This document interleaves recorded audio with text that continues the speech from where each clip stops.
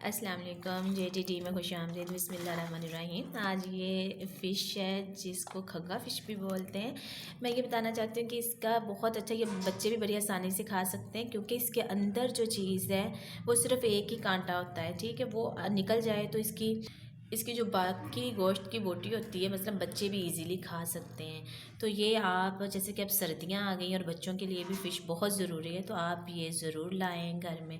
ये भून के पकाएं या जिसको तल के दें, बच्चे भी इजीली खा सकते हैं। ये बहुत अच्छी होती है और इसका जायका भी बहुत अच्छा आता है।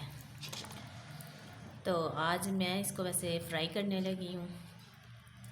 अच्छा, और इसके अलावा फ़िश है बाम फ़िश, और ये मैं तलने लगी हूँ, बच्चों के लिए भी तलूँगी। इसके अलावा जो बाम फ़िश है वो बहुत ही अच्छी और बहुत मज़े की होती है। बाम फ़िश ये मसलन ये बड़ी अपना ही जायका खुद रखती है। मसलन इसमें नमकियात बहुत मसलन नमकीन सी होती है और इसमें साल्ट जो होता है वो ज़्यादा ना लगाएं। तो ये वैसे जायके में, तलने में, पकाने में, हर लिहाज से मुझे बहुत ही पसंद है। तो अगर आप भी ये खाएंगे तो आपको भी इसका जायका दूसरी फ़िश से मुख्तलिफ लगेगा। तो आप इसको ज़रूर ट्राई कीजिएगा।